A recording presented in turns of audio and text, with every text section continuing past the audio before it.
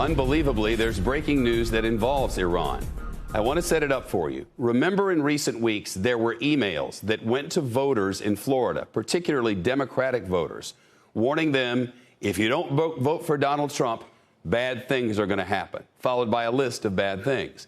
Well, at the time, that was blamed on the Proud Boys, a group, sort of fringe group with right-wing tendencies. But now we know that wasn't the case at all. Behind these threatening emails and designed to disrupt our election was Iran. We know because the FBI made the announcement just moments ago, and it's now crossing across all of the news wires. This is a live picture. Let's listen in for just a moment. Additionally, Iran is distributing other content to include a video that implies that individuals could cast fraudulent ballots, even from overseas. This video and any claims about such allegedly fraudulent ballots are not true. These actions are desperate attempts by desperate adversaries. Even if the adversaries pursue further attempts to intimidate or attempt to undermine voter confidence, know that our election systems are resilient, and you can be confident your votes are secure. Although we have not seen the same actions from Russia, we are aware that they have obtained some voter information just as they did in 2016. Rest assured that we are prepared for the possibility of actions by those hostile to democracy. The great women and men of the intelligence community caught this activity immediately, and our colleagues at FBI and DHS acted swiftly in response to this threat. We are standing before you now to give you the confidence that we are on top of this and providing you with the most powerful weapon we have to combat these efforts: the truth, information. We ask every American to do their part to defend against those who wish us harm. The way you do that is quite simple.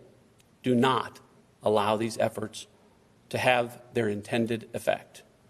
If you receive an intimidating or manipulative email in your inbox, don't be alarmed and do not spread it.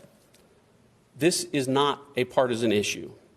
I've had conversations today with members of Congress from both sides of the aisle, and there is complete unanimity in the U.S. government in our resolve to combat the enemies of freedom.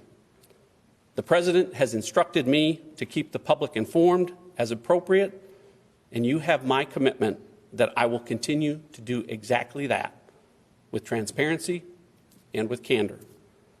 We will not tolerate foreign interference in our elections, and we will continue to work with our many partners to disrupt and to impose costs and consequences on any adversary that attempts to interfere in our democratic processes.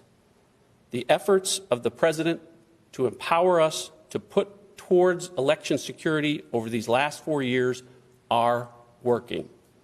I'll now turn it over to my colleague, Director Wray of the FBI, to address law enforcement's activities. The Director of National Intelligence, John Ratcliffe, speaking from the FBI with breaking news. So here's what we've learned. The emails, which purported to come from Proud Boys telling Democrats, and I quote, "You will vote for Trump on Election Day or we will come after you," was not American at all.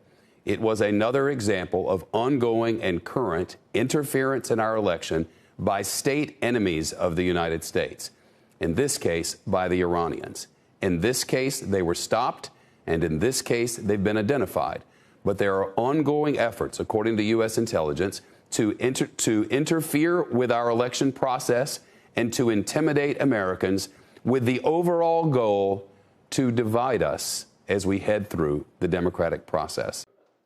Shepard Smith here. Thanks for watching CNBC on YouTube.